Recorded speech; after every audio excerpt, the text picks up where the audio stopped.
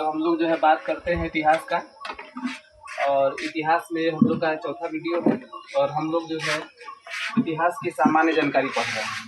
ठीक है, सामान्य तरीके से इतिहास जो है देखेंगे। सबसे पहले इसका हम लोग पाठ्यक्रम देखते हैं कि प्राचीन भारत के इतिहास का पाठ्यक्रम देखते हैं। सबसे पहले इसमें देखेंगे पहला जो है पाषाण काल है, दूसरे नंबर पर सिंधु घाटी सभ्यता या हड़प्पा सभ्यता है।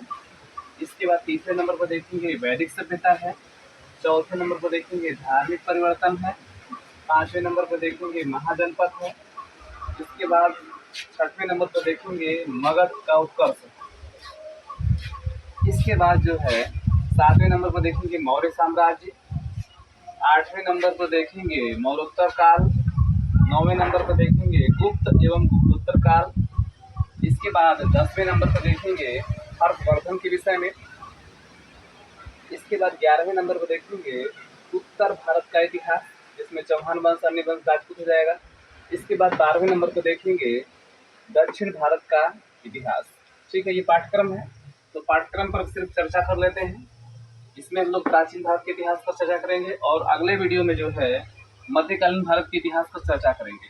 ठीक है, फिर उसके बाद इसके विषय में सामान्य तरीके से कुछ अध्ययन करेंगे और एक एक वीडियो में एक एक टॉपिक खत्म हो जाएगा सामान्य अध्ययन के रूप में। ठीक है, तो सबसे पहले बात करते हैं कि पाषाण काल। तो पाषाण काल का मतलब क्या होता है कि पाषाण काल का मतलब ये होता है कि मनुष्य जो है पत्थरों के साथ खेलता था। ठीक है, पत्थरों के साथ रहता था, पत्थरों का औजार का प्रयोग करता था। प्रारंभ में मनुष्य जब जंगलों में था तो किसका प्रयोग करता था? हथियार के रूप में, औजार के रूप में किसका प्रयोग करता था? पत्थर का प्रयोग। आवाज बोल्ड होना चाहिए। ठीक है, पत्थर का प्रयोग करता था। और इसके बाद मनुष्य ने किया क्या कि जो है जंगल में रहता था, गुफाओं में रहता था और पेड़ के ऊपर रहता था। खाने के लिए क्या करता था कि कंदमूल फल का प्रयोग करता था, जो जमीन के अंदर से खोदा जाता था। कंदमूल फल हो गया। इसके अलावा खाने के लिए जो मनुष्य प्रयोग करता था, जैसे थोड़ा बहुत मांस का प्रयोग कैसे करता था? जो जानवर थे तो जानवरों को पत्थर के हथियार से, औजार से जो मनुष्य क्या करता था, उसको मारता था, मार करके उसके मांस को कच्चा खा जाता था। ठीक है, इस तरीके से। इसके बाद जो है कुछ वर्षों के बाद, लाखों वर्षों के बाद, कुछ वर्षों का नहीं बल्कि लाखों वर्षों के बाद मनुष्य जो है जंगलों से निकला। तो जंगलों से निकलने के बाद सबसे पहले क्या बनाया उसने? क्या बनाया? झोपड़ी बनाया। क्या बनाया? झोपड़ी।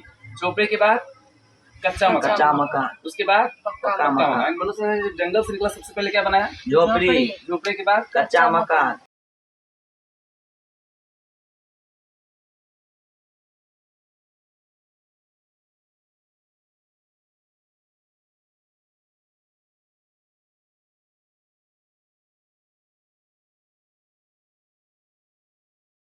इसके बाद दूसरा की बात करेंगे। दूसरा क्या होगा? मध्य पाषाण काल हो जाएगा। ठीक है, इसके बाद तीसरा नंबर क्या हो जाएगा? नव पाषाण काल हो जाएगा। इस तरह से पाषाण काल को 3 भागों में बांटा गया: पूरा पाषाण काल, मध्य पाषाण काल और नव पाषाण काल। पूरा पाषाण काल में क्या होता है? पूरा पाषाण काल का जो अंतिम चरण होता है, निम्न पूरा पाषाण काल, उसमें क्या होता है कि एक बार जंगल में आग लग जाती है किसी कारणवश, या तो पत्थर के रगड़ से भी आग लगती है और दूसरा जो है बांस से बांस टकराने पर लगती है। उससे क्या हुआ कि वहां पर आग की जो है जानकारी मिल गई। ठीक है, लेकिन आग की जानकारी तो निम्न पूरा पाषाण काल में हुई, लेकिन इसका आग के विषय में जो है जो व्यापक प्रयोग जब कब हुआ था, तो व्यापक प्रयोग कब हुआ था? नव पाषाण काल में हुआ था। ठीक है, मध्य पाषाण काल की बात करते हैं। मध्य पाषाण काल में बोलते हैं माइक्रोलिथिक एज। इसमें क्या था कि जो छोटे छोटे हथियार। ठीक है, प्रश्न बनता है कि माइक्रोलिथिक एज किसे कहते हैं? इसको बोलते हैं मध्य पाषाण, जहाँ पर क्या औजार क्या थे? छोटे छोटे थे। ठीक है, नव पाषाण काल में चंद्राकार थे। जैसे प्रश्न बनेगा कि पहिए का आविष्कार कब हुआ? नव पाषाण काल में। पहिए का आविष्कार नव पाषाण काल में। चाक का आविष्कार नव पाषाण काल में।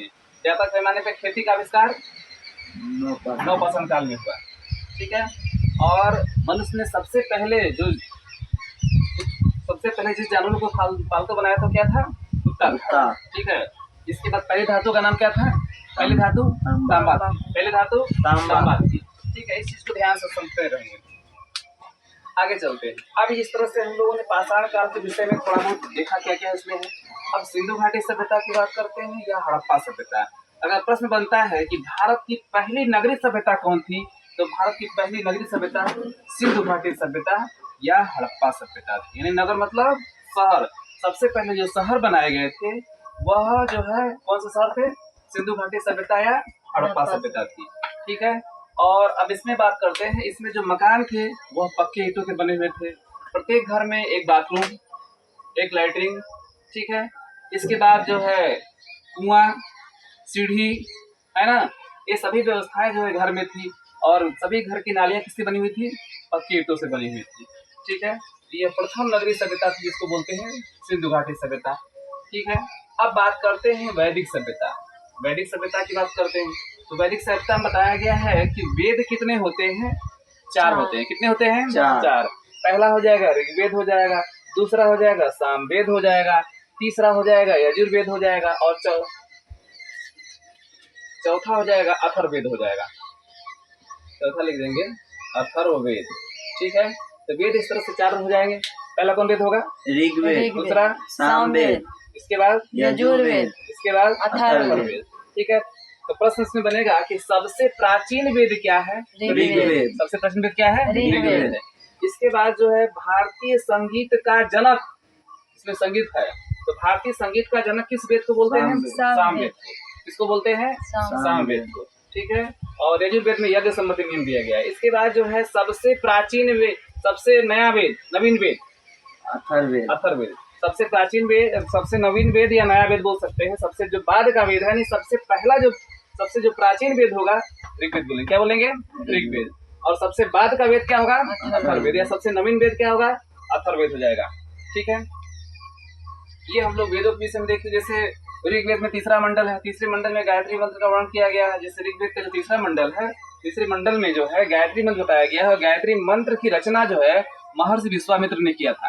किसने किया था? महर्षि विश्वामित्र। ठीक है। जैसे गायत्री मंत्र है ओम भूर्भुवः स्वः तत्सवितुर्वरेण्यं भर्गो देवस्य धीमहि धियो यो नः प्रचोदयात्। ठीक है। उसमें होता क्या था कि प्राचीन काल में जो है जो ऋषि मुनि जो है अपने शिष्यों को जो है मंत्रों के उच्चारण के माध्यम से उसको सिखाते थे। ठीक है। जैसे जो गुरुकुल में जो गुरु लोग थे शिष्य को सिखाते थे और शिष्य उस मंत्र को क्या करते थे कि वह जो है आने वाले समय में वो अपने शिष्यों को सिखाते थे। ठीक है। यानी कि मौखिक सिखाते थे। कैसे सिखाते थे? मौखिक। ठीक है। तो मौखिक मंत्र सिखाते थे। जैसे मौखिक तुम लोग बोलो ओम भूर्भुवः स्वः तत्सवितुर्वरेण्यं भर्गो देवस्य धीमहि धियो यो नः प्रचोदयात्। ठीक है। तो गायत्री मंत्र का प्रयोग करते थे। गायत्री मंत्र से बुद्धि तेज भी होती है। आगे चलते हैं। अब बात करते हैं धार्मिक आंदोलन की। तो धार्मिक आंदोलन यानी धर्म में कुछ और परिवर्तन आया। ठीक है। जब वाह आडम्बर बढ़ गया, जब वाह आडम्बर हिंदू धर्म बढ़ गया तो उसमें और धर्मों का विकास हुआ। जैसे बात करते हैं बौद्ध धर्म का विकास हुआ। किसका विकास हुआ? बौद्ध धर्म। ठीक है। और भगवान विष्णु को जो है भगवान विष्णु का 10वां अवतार जो है महात्मा बुद्ध को माना जाता है। सबसे पहले बात करते हैं कि जो बौद्ध धर्म है, यहाँ देखिए, तो बौद्ध धर्म के संस्थापक कौन थे? महात्मा बुद्ध थे। कौन थे? महात्मा बुद्ध। महात्मा बुद्ध को हम लोग जो है और नाम जान सकते हैं, गौतम बुद्ध भी बोलते हैं। क्या बोलते हैं? गौतम बुद्ध भी बोलते हैं, शाक्य मुनि भी बोलते हैं। ठीक है। तो सबसे पहले बात करते हैं या शॉर्ट में बुद्ध समझते हैं। तो महात्मा बुद्ध का जो ज्ञान की प्राप्ति हुआ था वो कहाँ हुआ था? बोध गया में हुआ था, पीपल वृक्ष के नीचे। ठीक है। तो महात्मा बुद्ध को ज्ञान की प्राप्ति कहाँ हुआ था? बोध गया में। और महात्मा बुद्ध ने अपना प्रथम उपदेश कहाँ दिया था? सारनाथ वाराणसी में दिया था। महात्मा बुद्ध ने अपना प्रथम उपदेश कहाँ दिया था? सारनाथ वाराणसी में। सारनाथ घूमे ना?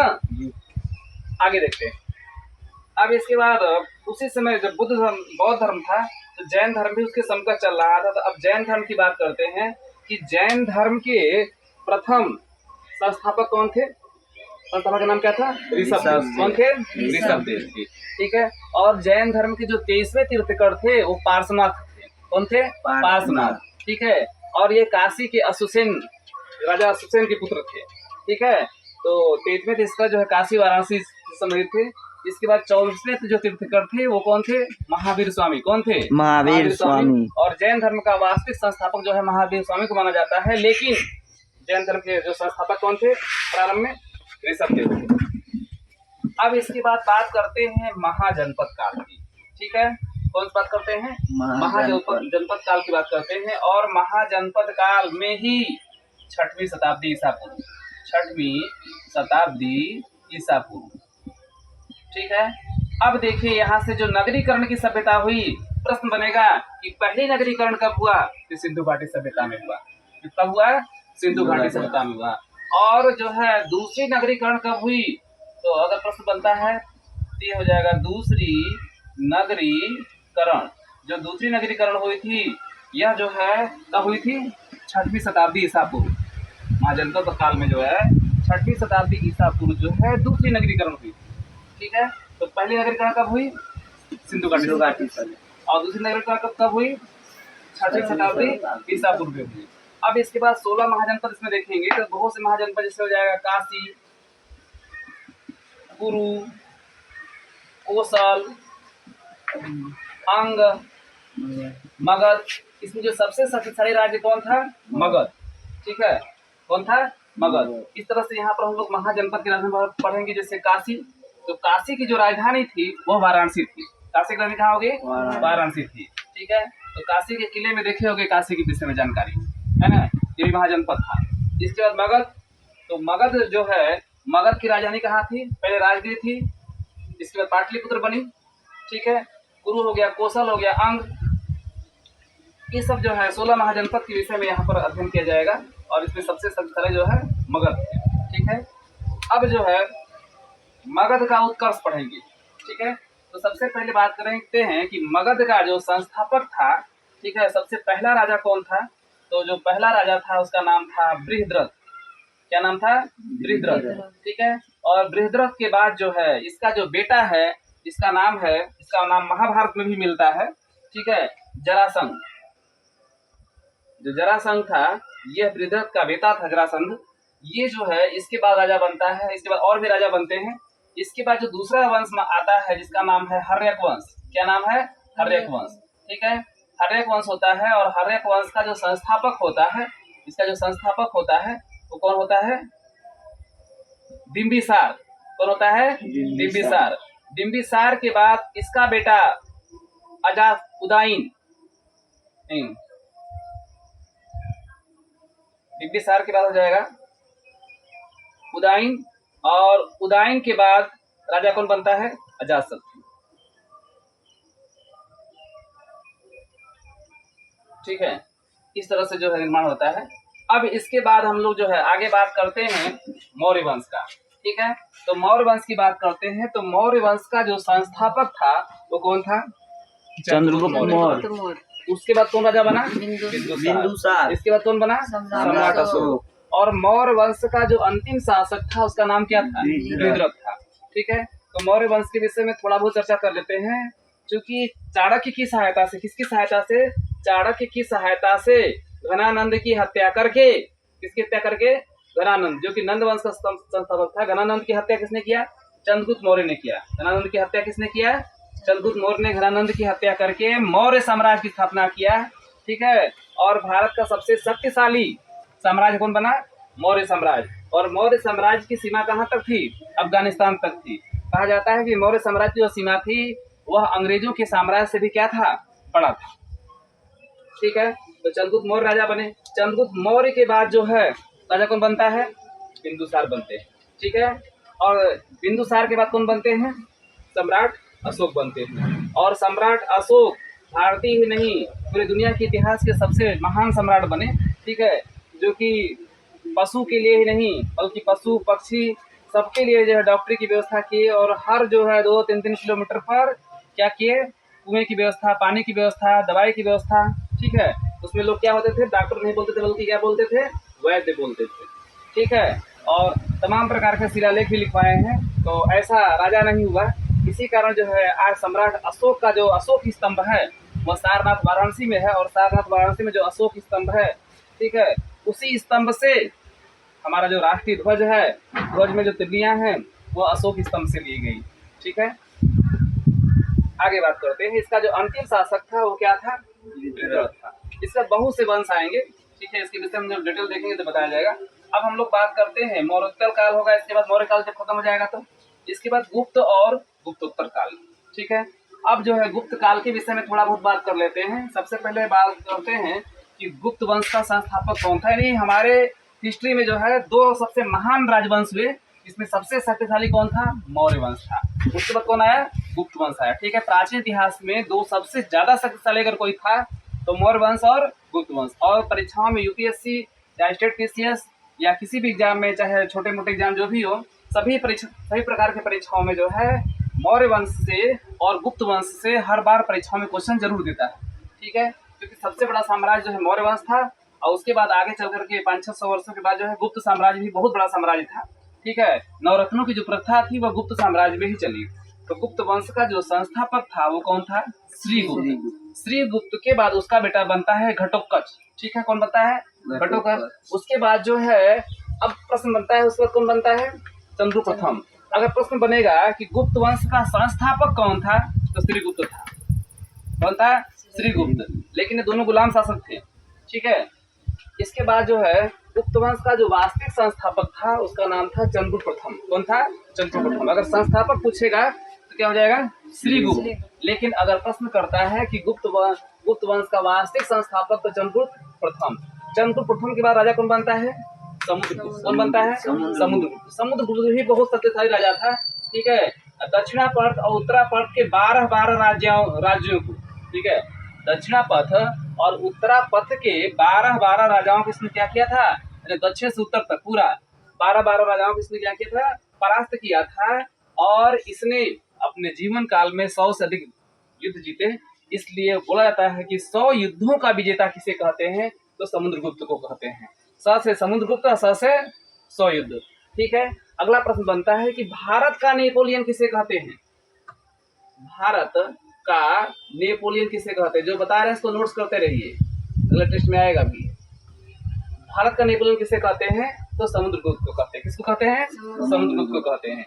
इसके बाद चंद्रगुप्त द्वितीय आता है। और 9 रत्नों की प्रक्रिया, अगर प्रश्न बनेगा कि इतिहास में 9 रत्न किसके पास थे, तो चंद्रगुप्त द्वितीय के पास थे। जैसे आर्यभट्ट, वराहमिहिर, ठीक है, कालिदास जैसे महान विद्वान जो है चंद्रगुप्त द्वितीय के दरबार में शोभा बढ़ा रहे थे। इसके बाद हर्षवर्धन की बात करेंगे। ठीक है, हर्षवर्धन ये बहुत बड़े महान राजा थे, है ना, और इन्होंने ही जो है कुंभ मेला की प्रक्रिया जो है आरंभ की थी, हर्षवर्धन ने। ठीक है, अब जो है आगे बात करेंगे उत्तर भारत का इतिहास, जैसे चौहान राजवंश, पृथ्वीराज चौहान। ठीक है, इसके बाद अन्य राजपूत हो जाएंगे, गुर्जर प्रतिहार वंश। ठीक है, अब इसके विषय में उत्तर भारत में हो गया। अब दक्षिण भारत की बात करेंगे तो दक्षिण भारत में हम लोग जो है चोल, चेर, पांड्य और चालुक्य के विषय में बात करेंगे। ठीक है, और इसमें सबसे अच्छा साम्राज्य जो था ग्रामीण, सबसे बेहतर स्थानीय प्रशासन की सबसे अच्छी व्यवस्था का प्रश्न बनेगा कि स्थानीय प्रशासन की सबसे अच्छी जो ग्रामीण व्यवस्था जो चलती है गांव पंचायत की, उसकी जो सबसे अच्छी जो प्रक्रिया थी वह किसके पास थी? चोल वंश के पास थी, है ना। प्रश्न बनेगा कि स्थानीय प्रशासन ये शब्द करके बहुत से परीक्षाओं में पूछा है।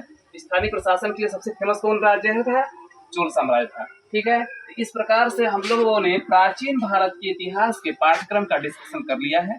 अब जो है हम लोग क्या करेंगे, अगले वीडियो में ही 5वें वीडियो में मध्यकालीन भारत के इतिहास का जो चर्चा करेंगे। आज के लिए बस इतना ही। थैंक्स।